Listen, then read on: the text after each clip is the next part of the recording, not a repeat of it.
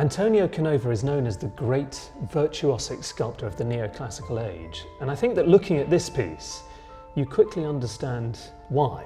It was carved towards the very end of his life, and the woman that we see is Christ's companion, Mary Magdalene. She is in a state of ecstasy, if you like. She's so gripped with religiosity and feeling that she's almost fainted onto this rocky outcrop.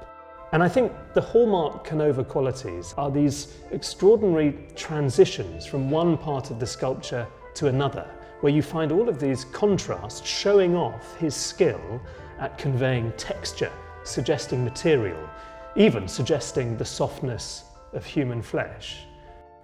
And then up above in her face, there's a tear which is falling down one cheek, and then the strands of her hair artfully arranged across the rock and also leading down to her breasts. The extraordinary thing about this is that it was hailed as a late masterpiece by Canova during the 19th century. But during the 20th century, it disappeared from view. Its identity became lost to such an extent that it eventually came up at another sale as just a piece of garden statuary.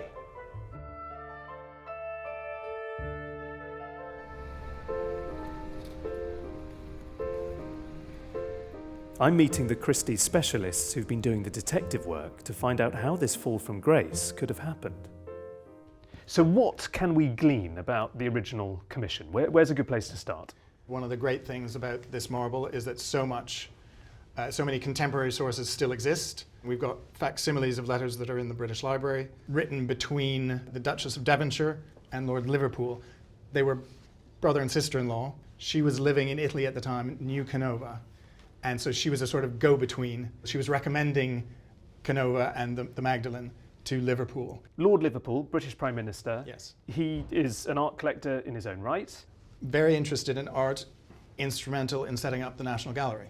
And Canova, obviously, at this point, hugely famous across Europe. He was like a celebrity. Yeah, major celebrity in terms of as an artist. So if you were Lord Liverpool, you have an interest in art, you have an art collection, you really would like to have a sculpture by Canova.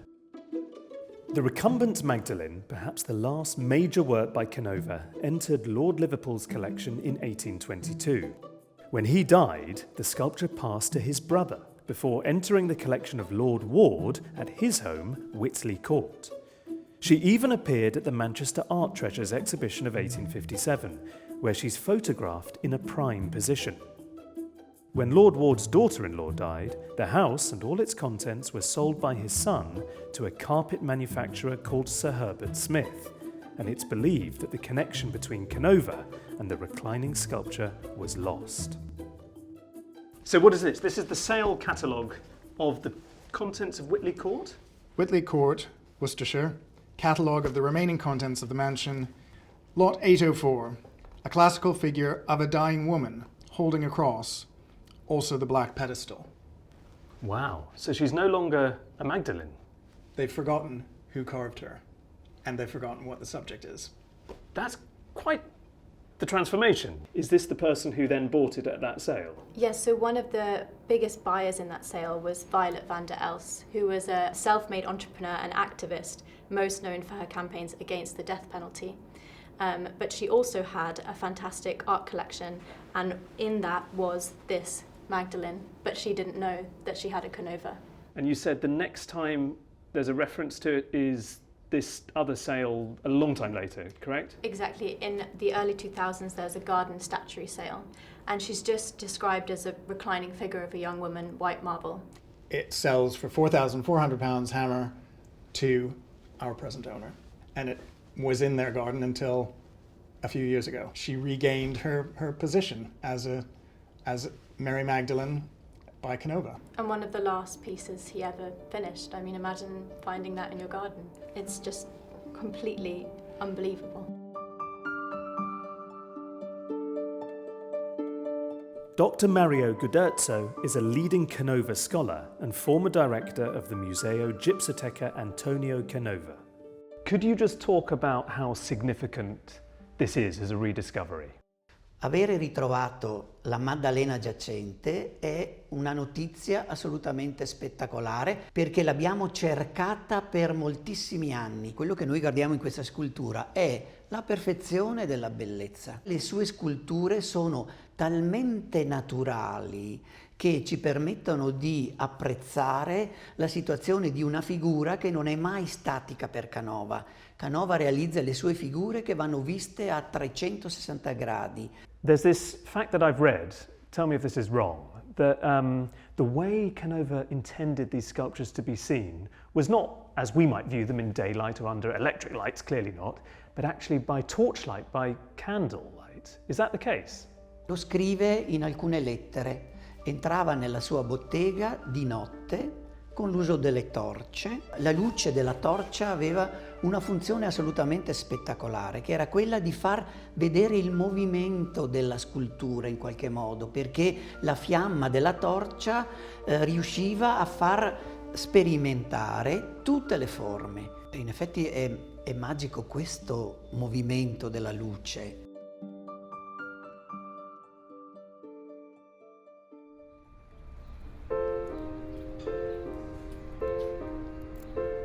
Donald, I am very intrigued. You've brought me to this rather smart West London street. Why? In our story about the Mary Magdalene, we got up to the point where Violet van der Elst, this amazing woman, had moved from grand house to slightly less grand house, but she always took the Mary Magdalene with her. And she finally ended up here. This house? This house. And it was here in the front garden, by the driveway. In 1959, van der Elst sells the house here to an antique dealer named John Manasseh.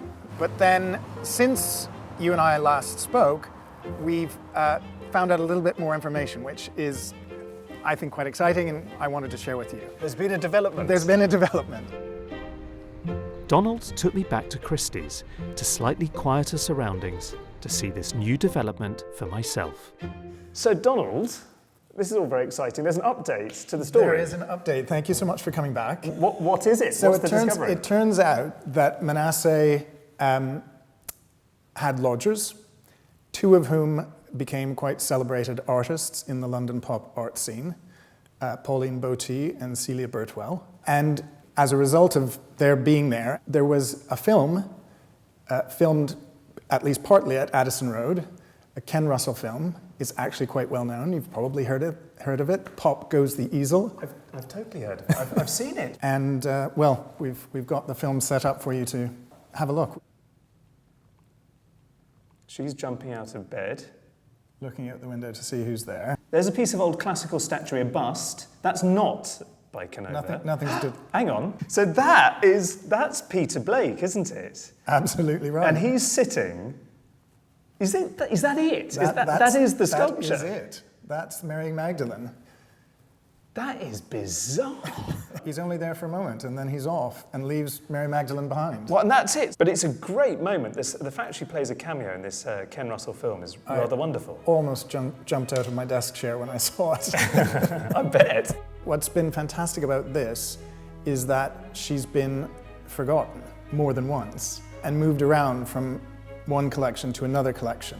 And then this last piece, this connection to the pop art scene, and people like Pauline Botti, who in a way she's another one of these slightly forgotten about female figures, the way that Mary Magdalene was. Pauline Botti was very promising, very well respected in her day, but then died young and was kind of forgotten about and is only now being looked at in a new light, and really people are coming to appreciate her again.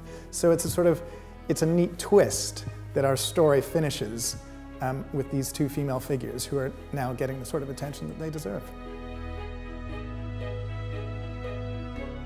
I would love to know, I guess, what it means for you. You know, a great scholar of Canova's work, something that you thought was lost, perhaps you thought you'd never see it again. How do you feel to see her? Oggi sono molto emozionato nel pensare che finalmente torna a casa un altro capolavoro nella grande opera di Canova. È un romanzo, è una storia d'amore la nostra, perché le avventure che ha avuto questo marmo sono decisamente spettacolari.